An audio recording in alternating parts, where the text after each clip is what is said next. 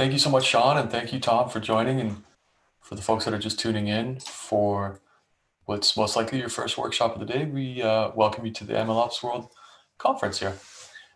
So just as a recap, today and tomorrow we'll be doing various workshops, some of them hands-on, some of them walkthroughs. And then Wednesday and Thursday, we will be on the conference platform. That's hopin.to. You'll get an email for that, most likely early tomorrow, with a link to join the conference platform that we use, which is Hopin. So stay tuned for that. And Wednesday and Thursday will be the conference sessions themselves. Awesome. So for this particular workshop, I'm just going to pull it up. We have the folks from Seldon, and we're very lucky to have them join. They've been really taking the ML scene, I guess, by storm with a lot of the great work that they're doing. Tom Farrand leads the solutions engineering team at Seldon, where he knits clients' needs with Seldon's deployment capabilities to help clients realize the potential of ML. Previously, he was the lead machine learning engineer at the UKI SystemsAI team at IBM. Tom has a master's degree in chemical engineering from the University of Bath. And Sean Greaves is a solutions engineer as well at Seldon, where he helps clients embrace ML ops. He was previously working at IBM and IXDS Berlin, now part of PwC, across pre-sales and tech roles. He studied a mix of engineering and design and has delivered futures research workshops at TU Delft and, sorry if I get this wrong, the MOMA NYC. It's the Museum of Modern Art. Yeah. I didn't expect that, I'll admit. It's a bit random, but a bit different for what we're going to be going through today, but random details to add. We'll have to connect offline for that because I am curious. Sounds good. Thank you, Sean, and thank you, Tom, for joining. I'm sure if the folks joining here have any questions, you can put it in the chat and they'll keep an eye on that. I'll also be here as well if anybody needs me. But anyways, I'll pass over the mic and put my camera off. Thank you so much, guys, and I hope everybody enjoys. Wonderful. Yeah, so thank you so much for the nice intros, and thank you everyone for joining the workshop today. I hope it's going to be interesting and valuable to all of you. So I think as we've kind of already done some brief intros, I think we can probably just jump straight into it. So this workshop is going to be led by myself and Tom. We'll cover different parts of the workshop. So I'm going to just run you through a couple of slides and then cover the kind of first half of the workshop, which will focus really all around deployment and how we actually deploy new models to Kubernetes with Seldon. And then Tom is going to take over and go into the kind of the weeds of explainability and outlier detection, all the tough stuff. So yeah, looking forward to that. So I'm just going to go ahead and share a couple of slides to give you some context on the workshop today. So yeah, in terms of an agenda, it's very simple. Going to go through a brief intro. We're going to get set up with the tools we're going to need to go through the workshop today. We'll run through the actual workshop, which will be mostly conducted in a notebook environment, and we will also jump into the Seldon UI, and then we can finish off with some Q&A as well. So just to give you a kind of brief introduction to Seldon and who we are. So we are a company that is based in London. So that's where our HQ is. We do have some presence now around the world. So in North America, we have a growing presence there as well. We were founded in 2015, and since then we've gone through a very interesting number of years, and we're now at the point where we have recently completed our Series A funding round and raised $10 million. We have over 5 million installs of our open source Seldon Core deployment engine, and we're also very active contributors to a number of open source projects across the Linux Foundation and Kubeflow ecosystems. We've also been working with a number of Fortune 500 companies. So many of these companies you'll see here are using our open source. However, there are also quite a few here who are using our enterprise platform, which you'll all get hands-on with today. So as examples of the enterprise customers, we're working with Ford, who are using Seldon within their internal ML as a service platform across a number of projects, including product development and supply chain optimization. We've also been working with Uber, who are using Seldon within their Michelangelo platform.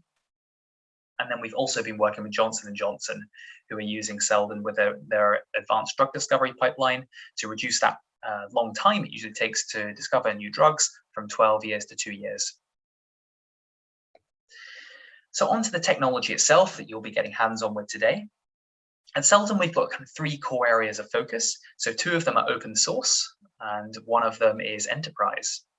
So to start with the open source, we have Seldon Core. Seldon Core is the kind of entry point for most people into the Seldon universe. And what Seldon Core is really allows you to, it's a deployment engine for containerizing model artifacts and deploying them to Kubernetes. We aim to be language agnostic and training framework agnostic. So we provide prepackaged model servers for some of the most popular frameworks, so you can containerize your model artifacts with them. And then we also have custom language wrappers to allow you to wrap models trained in other languages, such as Python and Java, as well as Node.js, C++, and R. With Seldon Core, we also aim to offer you the ability to do more complex deployments. So not just deploying a simple model to an endpoint, but to do more complicated things like shadow deployments, A/B testing, canaries, and multi-arm bandits. We also have KF serving here. So KF serving is about serverless machine learning inference. And so with serverless inference, this is a very powerful capability in being able to scale down to 0, particularly if we are running our models on expensive hardware like GPUs. So there are powerful capabilities with KF serving around auto-scaling across GPUs and deploying multiple models to single GPUs. And so we view these as sister projects, and we contribute heavily to both of them. So moving on from the deployment focus, we have Alibi. So these are this is our libraries for state-of-the-art algorithms for black box model explainability, as well as outlier detection and drift detection. And then today we're going to be getting hands-on with Deploy. So this is our enterprise platform and essentially a management layer over the open source that is geared towards enabling self-service machine learning deployment. And we offer this primarily through a fully feature-rich UI, as well as a fully fledged API and SDK, which we'll be interacting with today. So just kind of briefly, where does Seldon Deploy fit in?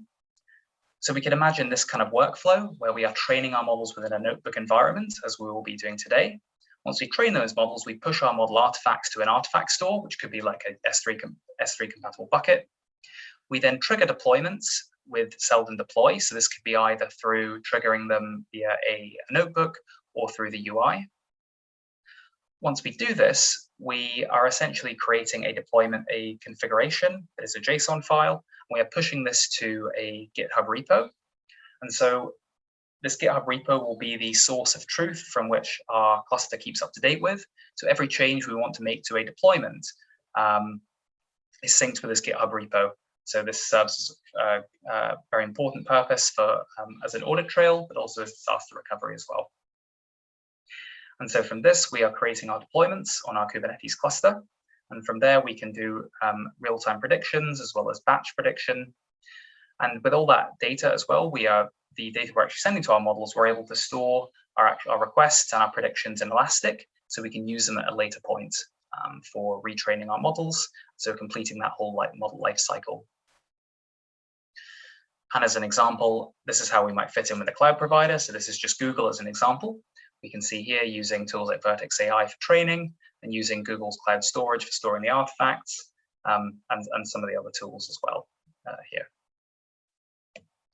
So what will we be doing in the workshop? So we're going to be training our models within a Google Colab environment. This is also where we'll be interacting with the Seldon SDK, which is our preferred way of interacting with the API, and it's just a Python library that we'll download. We're pushing our model artifacts to Google Cloud Storage, and this is also where we're storing our data sets. And then we are interacting with our models within Seldon Deploy. So this will be interacting with them via the API, through the notebook, and then also by going into the UI as well. So I'll skip through the kind of workflow of the workshop. It's going to be quite straightforward. kind of workflow for actually training a machine learning model, deploying it, and then we will have some additional components here where we will actually train a model to explain predictions from our model, and then also detect outliers in our incoming data. So the first thing we need to do is so we're going to be using Google Colab. So what everyone will need to do now is to actually just log into Google Colab, because we will be using a notebook that is still in the GitHub repo at the moment. So we're going to need to load that notebook into Google Colab. So what I'm going to do is just in the chat share with you. I've put both the links in the chat. So if anyone can't access those, just come off mute and feel free to say hello and tell us your problems. But I think they should be opened up now. Fantastic, thanks, Tom. So let me also just paste the notebook in.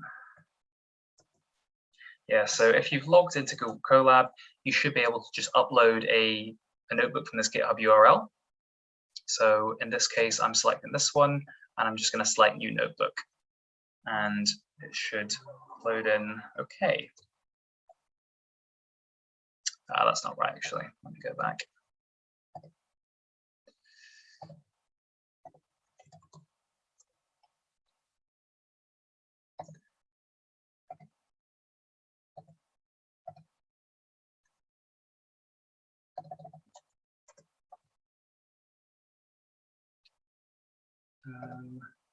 Strange. If you hit enter. That's weird.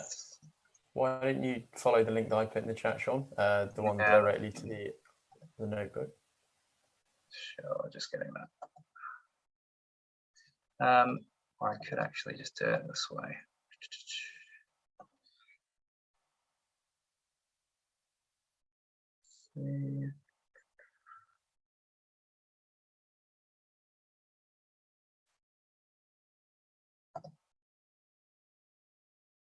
Okay, cool.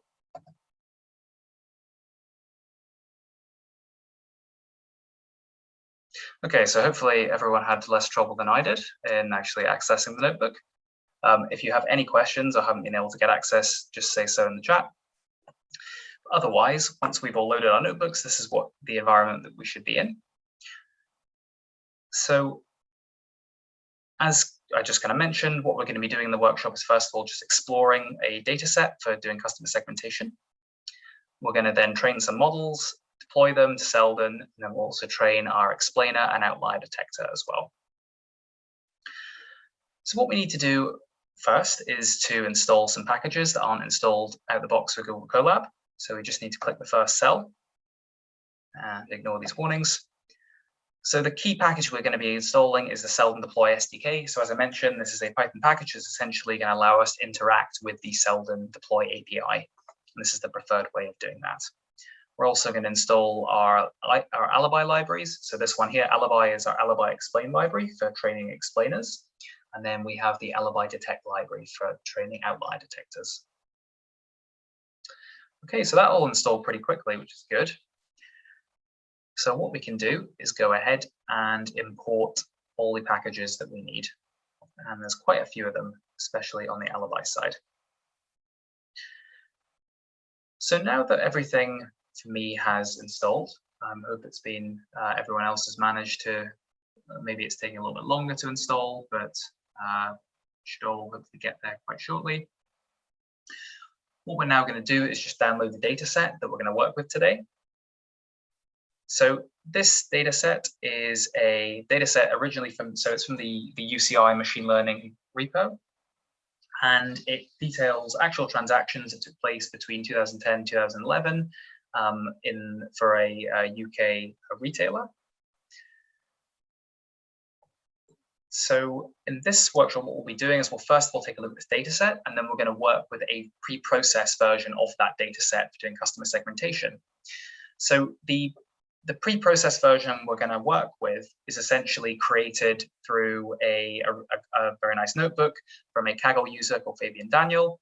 So full credit to him for creating this notebook, because it provides some very interesting methods for how we actually take our original data set from the UCI machine learning repo and process it into a format that we can actually segment customers. So we can go in first of all and just explore the original data set, understand what data we're actually going to be working with today. So because it's quite a large data set, we're just going to load the first 3,000 rows. And if we load it, we can actually get a sense of the different features within the data set.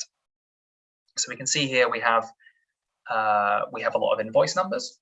So in this case, each row represents a different item that's been bought. And many of these items are part of the same invoice number. They all have a unique stock code, and they all have their own unique description. So I think this retailer it's selling to other shops, but the items all seem to be quite kind of gift related. They all have, to be honest, quite weird titles.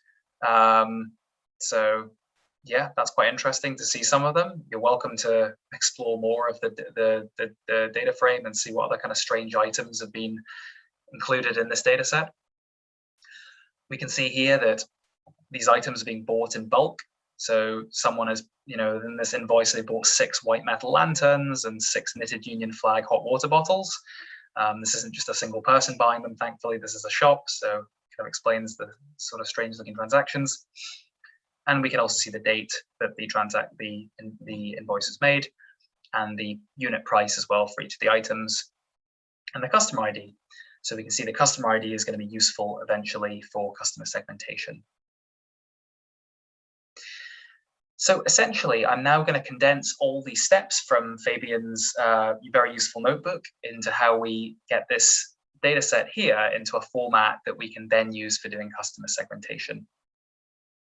So essentially, what he's done is he has, so instead, if we want to do customer segmentation, rather than dealing with each individual item bought, we need to look at the spending behavior of each individual customer. So what he's done is essentially looked at categorizing products first. And he's done this in quite an interesting way. He's done it based on the keywords included within the descriptions. And so from this, he's taken every item and being able to use k-means clustering to categorize them into one of 5 different categories. And so these are the natural categories that have come from that analysis. And so we can see there are currently 5 here. And it's very interesting to see the differences in them. So if, for instance, we have a look at, so this one, I think, cluster number 1, we can see here that it looks quite kind of like Christmas orientated or kind of Christmas gift orientated. We can see Christmas is a very reoccurring keyword in the products included within this cluster. And then perhaps as well, we could say that this cluster here, number 3, is more from the luxurious goods. However, the same words do appear in different clusters. So the kind of clustering isn't like super defined. It's just it's interesting that some of them are quite well defined clusters and others are perhaps less. But this does give us a way of actually clustering the products so we can move towards segmenting our customers. So what we can then do to actually transform the data set further is look at each of these categories of product, and we can cluster the customers into their spending across those different categories of product. And so from this, we find that there are 11 customer segments that we can split our customers in. That allows it such that there are not too few customers within a one segment. And so from this, we get the following data set. So this is what the pre-processed data set effectively looks like. And if you want to go through the notebook in your own time, and you're interested in how we get to this point, you can absolutely do that. So this is essentially what the data set we'll be using for customer segmentation looks like. So what it's detailing here is we have this feature. So this is mean spend across all the transactions that are made by the customer. We then have, for each of the different product categories, the percentage of spending within each. So what we'll notice is that if we add up all of these numbers across each of the categories, it will total to 100. So we can tell that this is a percentage of how much they've spent within each category. And then finally, we have the actual category that that customer belongs to. And so what we're going to be doing is based on these features here, so the mean and the percentage spent across the categories of product, we will estimate which category the customer belongs to, so effectively segmenting the customers. So what we can do is jump ahead to the model training. And this is a less data science focused workshop and more deployment focused. So the training is going to be very simple and straightforward. We can very quickly click through this, and we'll be training a logistic regression model first of all. We can see here that it's already trained and it's got an accuracy score of 91% or 92%. Could probably be overfitting, but again, it will serve the purpose of giving us a model artifact we can just deploy to illustrate how Seldon works. And then we can also train another model. So in this case, a gradient boosting classifier as well. So this model will take a little bit longer to train.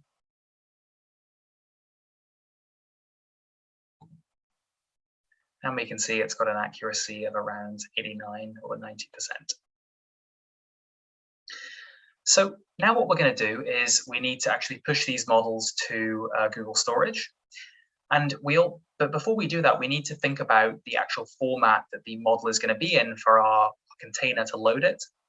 So for each framework that we actually are training our models with, and for each method that we want to load them, we need to consider how we're actually serializing our model and what will actually be expected to successfully load it. So in this case, for both our scikit-learn model and XGBoost, we're going to use joblib to serialize the model artifact. So this will allow us to successfully load it within the containers that we're going to be using to deploy our models. If it was a different framework that we trained with, like TensorFlow, we would perhaps be using a different library to serialize our model, or a different technique rather. So now that we've done that, we can go ahead and push our model artifacts to GCP. So GCP is just an S3 compatible bucket that's going to be storing the model artifacts. We could also be using any S3 compatible bucket. So this could be, for instance, Azure Blobs or MinIO as examples. Before we do push the model artifacts, one thing we definitely need to do is to add our own names to the models. So this will just mean that we don't have absolute chaos in Google Storage. Instead, what we want to do is probably just do it based on our own names. So in this case, you want to replace your name with your lowercase first name with a dash and then your lowercase last name. It's important that you do it as lowercase as well and just use a dash, because when we deploy to Kubernetes, we need to be quite specific in the deployment configuration around making sure that everything is lowercase and that we're not using any weird characters. So if everyone can make sure that their name is in some format similar to this. So we can go ahead and run this, and we are now going to be pushing our model. So we've now pushed our models to our storage bucket. And so now we are ready to deploy our models to Seldon. So before we do that, I realize that was quite quick. Is there any questions from anyone? Does anyone feel free to come off mute and ask any questions around that process, if there is any? I'm just going to pause to take a drink of water before I continue.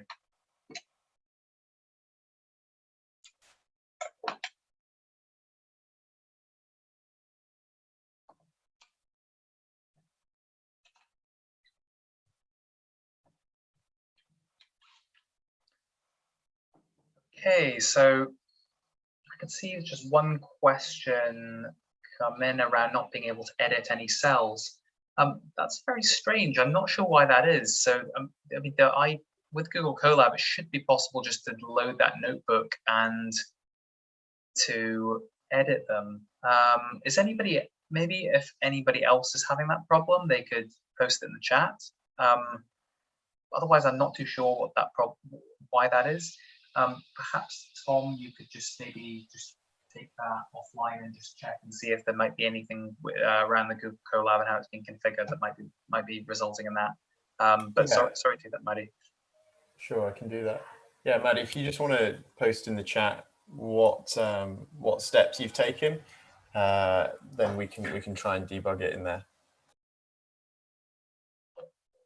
Okay, cool. So let's continue going. So what we're going to now do is deploy the models to Seldon.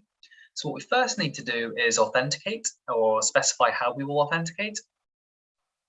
So in this case, all I'm doing here is just specifying the IP address of our instance of Seldon Deploy, and then specifying the password and username that we'll be using. And so this is going to allow us to get our token from our OIDC provider, which in this case will be Keycloak. And this gives us full read-write access to the namespace that we're going to be deploying into. What we now need to do here is to specify our name and the model name that we are deploying. So in this case, this is also, if we could just use the same name that we used before, this will allow us to deploy that model artifact that we've got in GCP. So again, you'll just want to specify lowercase your name and your last name. And then for the model name, because this is logistic regression, you could just put LR, and that would be a simple way of writing this. Cool. So what I can do now is just go ahead and run this. And so what we've got here is, in this cell, we are specifying our deployment configuration. So this here contains, this is very, basically very similar to the JSON templates or YAML that we use to deploy with Seldon Core, or really rather it is, only we are specifying it here as a Python dictionary. So this contains all the information required to actually create this deployment.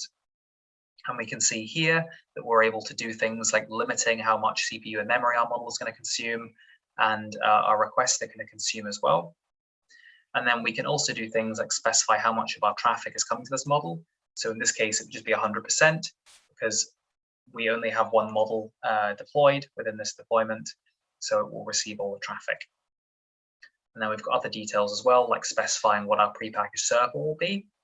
So Seldon Core has servers for deploying models that have been trained with scikit-learn and XGBoost. So in that case, we're just specifying that here.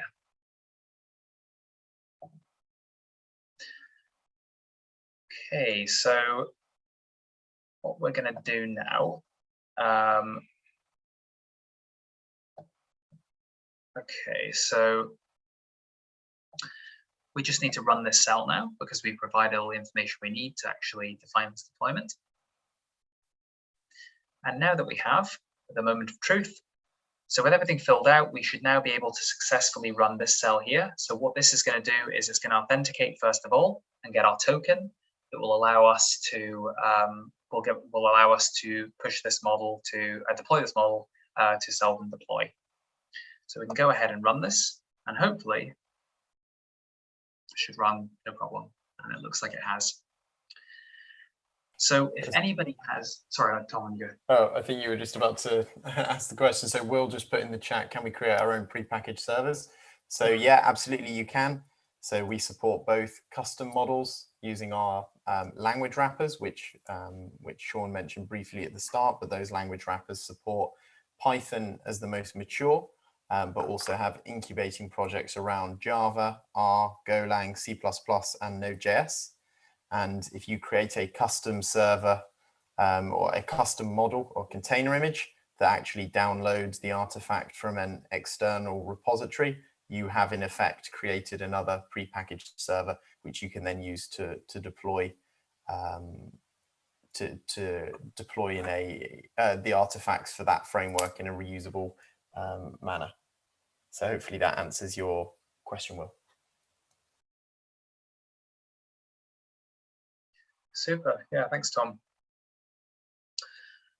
So now that we have created the deployment, what we should be able to do now is to actually go into the Seldon Deploy UI and have a look at all the deployments we've created.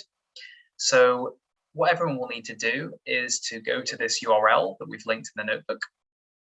And so I've already logged in, so it's just logged me in straight away, no problem. But what you will need to do is to just provide the credentials that we provided in the notebook. And if all has gone well, what you should start to see is your deployments coming into the test namespace. So I can see that Will, so what you'll have to do for yours is you've got an underscore here. So that character unfortunately won't be, essentially it's not compatible. So you'll have to just make sure, maybe just try and create this deployment again, but use a dash instead of the underscore. So Kubernetes can be quite specific around certain characters and not including them. So yeah, that's why it's saying that sync has failed. So it's essentially failed to push it again. Yeah, so if you just rerun, yeah, perfect. Great. I think Will's will pop up in a second again.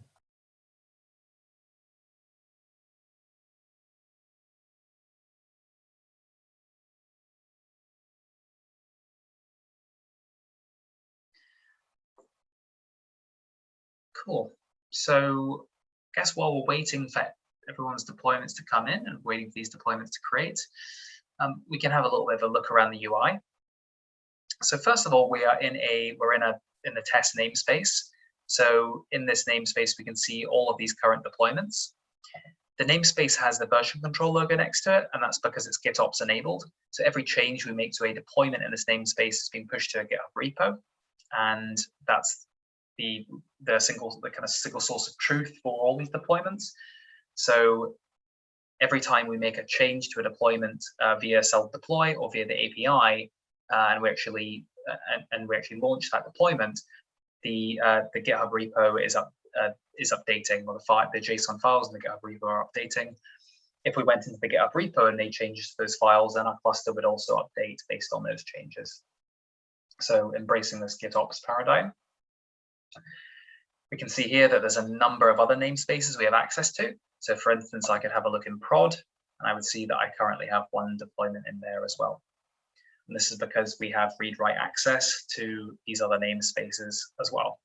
However, if we are, administering Seldon Deploy, we could make sure that different users have different access. So you might not have access to certain namespaces, or you may only be able to actually look at the deployments in the namespaces without actually being able to create them. So what we can do is have a look at go in and have a look at each of our individual models. So with this one, we can see here that it's going to be receiving 100% of the traffic. We can also see the actual Kubernetes resources as well for this deployment. So we can see what node it's running on. And we can also take a look at the logs as well for our container. And this can be useful to ensure that our model has actually loaded successfully. So this might look like absolute mumbo jumbo, perhaps if we're not used to looking at containers, but it's useful if there are any particular errors, we can have a look and we've got something to Google with. So to actually test our model, we can do this very easily through the UI. So what I can do is if I just go back to the notebook, we have an example string here we can use to create a request. So if I just copy it, if you just copy and paste this request, and we go back into the UI. So in this predict tab here, we can create a JSON request for a prediction. So we just need to paste this in.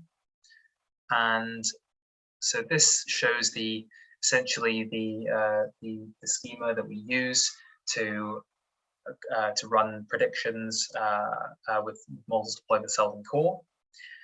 So what it expects here is our data to be in this ND array. And if we run predict, you should see that this ran okay. And we can see this is the response. So we've got here the different feature names. Because we haven't provided any feature names, it's just got these 11 different features, classes. And we can see here that it's a probability or confidence of those classes. We can see here that it's highlighted class 6 as being the class that the model has predicted this incoming data as. So the customer would belong to segment 6 in this example, based on this mean spending and spending across those different product categories. So I realize in this example, it is very kind of numerical, but yeah, tying it back to the context, this is just, it's providing the customer segment based on which of these segments we have the highest confidence score for.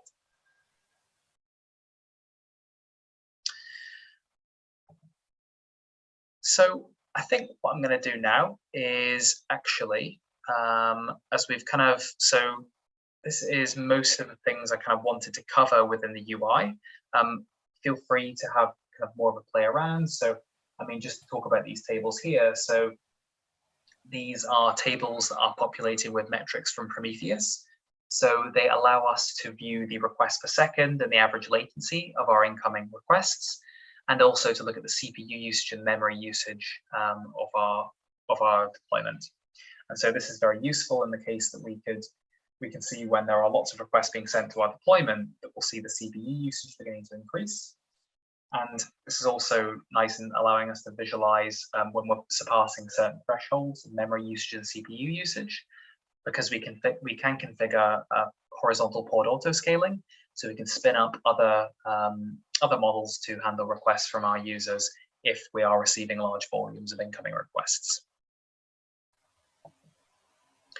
So what I'm going to do now is move back into the notebook, and I'm going to hand over at this point to Tom, who is going to take us through the process of actually training an explainer and an outlier detector.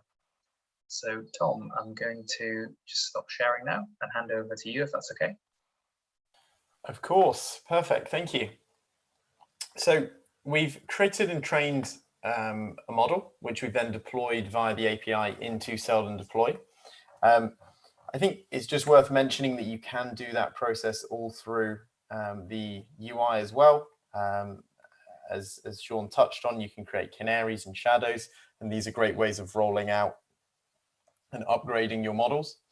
What we're now going to take a look at is actually adding some advanced monitoring components.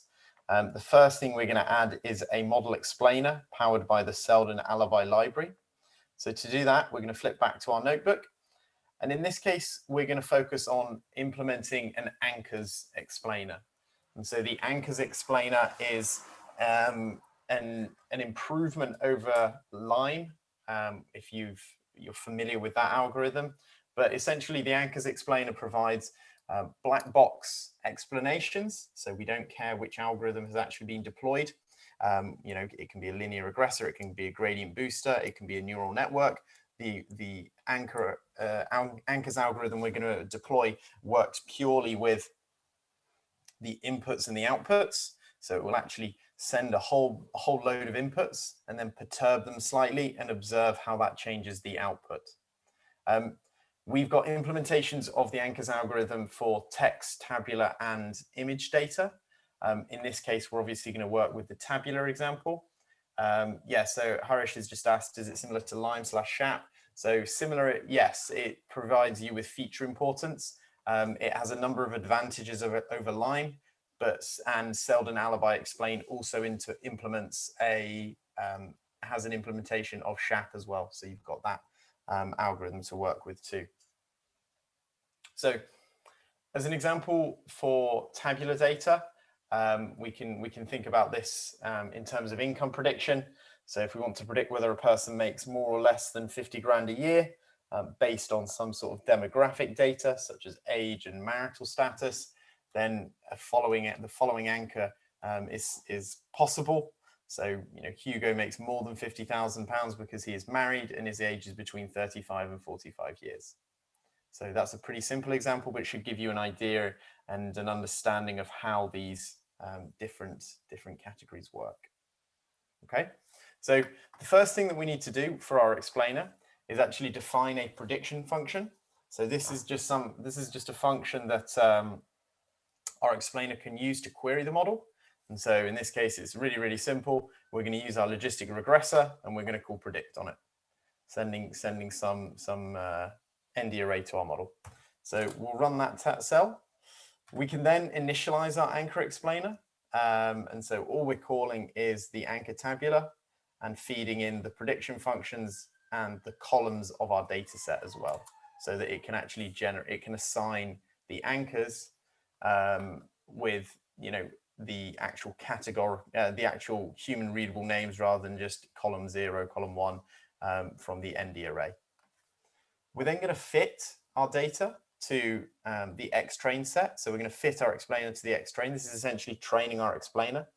We're going to discretize the continuous numerical data into basically just buckets.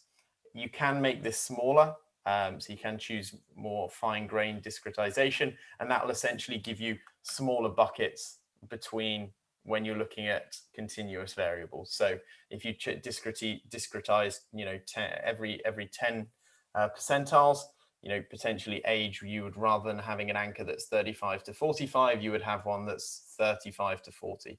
So it just gives you a little more accuracy in those anchors. So we're going to fit that there. We can now actually test our explainer. So we're going to send our explainer we're going to ask our explainer to make a prediction as opposed to generate an explanation. So we're going to send it the first instance of our test data set. So we can see that this our explainer actually generated this prediction, and it believes that it's belonging to class product segment 6. And now we can actually generate an explanation as to why that is the case. So we're going to threshold our explanation. So we're going to say, okay, we want our explanation to have a precision. We want the anchors within our explanation to provide us with a precision greater than 90%. So we can now pass that through. And we can see that our precision is 93%, and the anchor that we've actually got is our category 2 is less than 0.45 in terms of spend. Our category 0 is less than 0.4. And our category 3 is less than 0.44, category 1 0.47, and our mean is 0.09 or less. So quite a confusing anchor just for the nature of the data set and the segmentation use case, but one that would hopefully be useful and relevant if you were working in this domain. So we can see we've got a very, very high precision. However, we do have a low coverage. And what the coverage metric is saying is that essentially this anchor, this explanation, does only cover 6% of the examples, the perturbed examples that our explainer tried, and therefore our anchor doesn't generalize well. So it's just worth bearing that in mind. It explains the case very, very well in this instance, but it doesn't generalize to others well. So it's just worth having that in the back of your mind. So what we're going to do then, we can then serialize our explainer. And so we'll call it explainer.dil and use that to dump it out and write it to a GCP bucket. In this case, we're actually just going to use a pre-trained example for our logistic regressor. Just because of the size of the files, it can just be a bit slow to upload them and then make use of them. So again, all we're going to do is actually work with this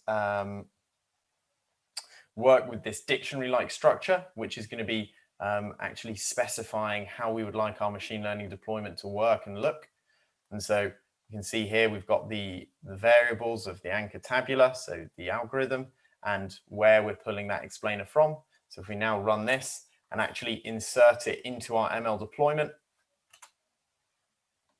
oops, without adding a typo, you can see now that our explainer has been added. So you can see it in that section here to the deployment that we've got. So all of these other pieces that we defined before, so your CPU and memory limits, the actual model that you're deploying, the fact that it's a scikit-learn prepackaged server. This is all part of the specification that is then sent to deploy and actually used to create. We can then use the exact same API call that we did previously to actually deploy that. And this will create an update as opposed to a redeployment. And so we can see here that it's returned back the actual deployment that was created for us. And if we go to our user interface, we can see here that rather than recreating the entire deployment, we simply appended a model explainer onto that example.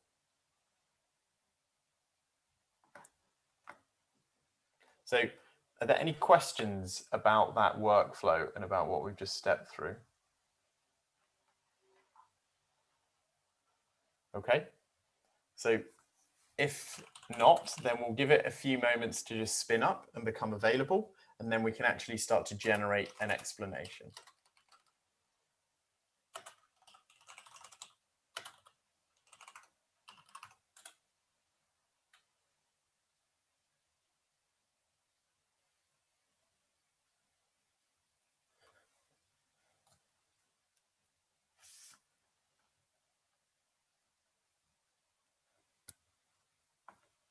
Okay, so that should be coming up in a few moments. And so once this turns to available, what we can then do is actually go into our explainer, and we can actually go and say, I want to view all previous requests. So if you did send requests previously, then they'll pop up here.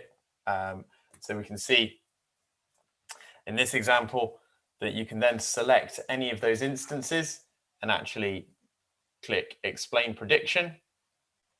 And it will now query the model using those perturbed examples and actually generate an explanation. So we can see here that this is the same input we worked with before. So it's predicting that this is a 6. We can see that category 1 in terms of our anchors is the most important. So it's contributing just over half the precision. And that's because the category 1 spend is low. And we can see all the other different anchors that are relevant when actually producing the explanation. We can, furthermore, we can see all of the different perturbed examples that it's tried. So how it's changed our different features, how it's changed those inputs to actually understand how the output then changes. So these are those examples that were sent to the explainer that complied with our prediction, and the examples which didn't comply with our prediction are viewable here as well. And so this is how it starts to understand and kind of reverse engineer the model to get a view of what is driving the decision-making process of that algorithm. So again, I don't know if there are any questions at this point. Feel free to come off mute and say hello. We don't bite much. Or feel free to keep dropping them in the chat. Okay. So the final piece then is the outlier detector. And for some reason, Google Colab doesn't like showing you all the cells initially. So just drop it down with this little arrow here. And so what outlier detectors do is they pick up on anomalous data points that sit outside of a certain data distribution that we're using as a reference. And so we'll see here that we're going to use our training set as a reference. And what we're going to do is create a pretty trivial but representative example of outliers versus inliers. And so we're going to say that any instance that's labeled as a customer segment 1, so is predicted as 1, is an outlier. So obviously this is a silly example because we're using our model to predict the customer segment, but it does demonstrate the flow of outlier detector creation nicely and provides a set of easy to identify outliers. Okay, so that's all that's being done here. We're just creating 2 ND arrays, one with our outliers, which is anything labeled with one as cluster 1, and then one of inliers, which is everything else. Okay, so we can run that next piece now. And to perform our outlier detection, we're going to use Seldon Alibi detect. And Alibi detect, as we can see here, much the same as Alibi explain, has a whole set of different algorithms within it. And so in this case, we're going to make use of the variational autoencoder, but feel free to check out all the others, including drift detection and even adversarial detection too. So the way that the variational autoencoder works for outlier detection is, in essence, a variational autoencoder has 2 parts. It has an encoder and a decoder.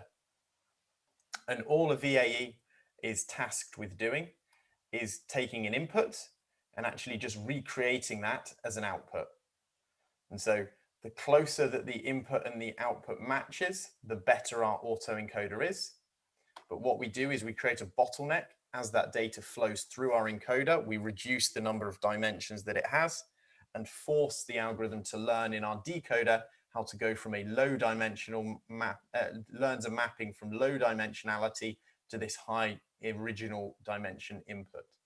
So we can use these latent dimensions for other use cases, but essentially what we do here is for our outlier detection is actually we train our outlier detector on a set of inliers, so normal data points.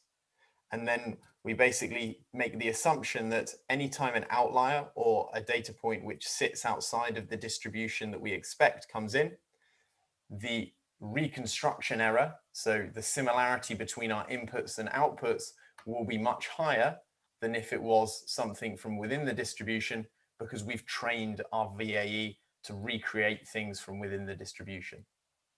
So hopefully that makes sense. We're basically looking for big differences between inputs and outputs, means that we have outliers. If the difference is small, then they're probably very similar to what the model's seen before and therefore don't need to be flagged. So what we'll do is we'll now actually define our variational autoencoder. And so we're actually using Keras to do this. And so we can see here that we've got an input layer, which is taking our features in, and this is our encoder. So this is the blue triangle. We're then having a dense layer of 20 neurons that squeezes down to a dense layer of 15, which finally squeezes down to a dense layer of 7. And then our latent dimensions is only 2. And so the input to our decoder is this 2. And then we flex that back up to 7, 15, and 20, and then return it finally in the original shape of our data. Okay, so we're going to instantiate that. We're going to feed it to our outlier VAE. So we've passed in the encoder net, as well as the decoder net, and the number of latent dimensions. We're going to say that we're going to draw 5 samples every time we want an instance to detect. And crucially, we need to set this threshold. So this threshold, our outlier VAE, is essentially when past a data point, is going to provide you with a score. And that score is going to be a single number. And the threshold essentially determines which score, above which point do we consider things an outlier. And so at the moment, we're going to set this threshold as none. And we're going to use a handy function that Alibi Detect provides called infer threshold, and actually figure it out using that. So as mentioned before, we're going to fit our model to our inliers and actually run it for 50 epochs and see how we get on. So we can now run this cell. This is going to take 2 or 3 minutes to run.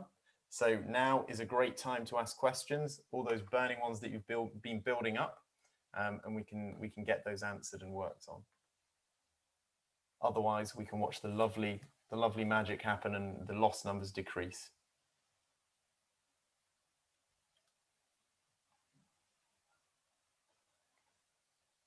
Okay, so that's now trained and we're good to go. So we're now going to set the threshold for our outlier detector. And so we're actually going to use this little function that I've written that's actually just going to generate a batch of outliers that we can then use to figure out our threshold. So we're going to create 1,000 samples. We're going to say 5% of them are outliers, and then work from there to actually generate our threshold, figure out our threshold. So we'll create those and then run our infer threshold. And we can see that essentially any point which is classified above, which has a question that, which has a threshold above 0.64 is actually going to be deemed an outlier. Will, I will come back to your question when we jump back to the UI when we deploy this outlier detector. So we can now actually test our threshold. Sorry, excuse me. We can now test our outlier detector. So again, we're going to use that generate outlier batch component function to accept this time with 10% outliers. And now we can actually use our outlier detector to predict against them. So we've got X outlier that we've just created and we're predicting against them. And now we can generate a little confusion matrix, which shows that our outlier detector is okay. It's not great. It's it's not pulling up many false positives, which is quite good. We've got about, catching about, I don't know, 40% of the actual outliers, but then we've got a number of false negatives that we're missing. So we may need to tune it further, but in this case, I think we should be good to actually go ahead and deploy.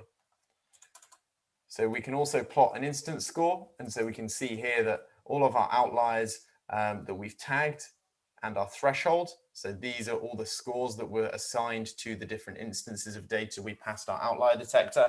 You can see that anything above the green line is going to be flagged as an outlier.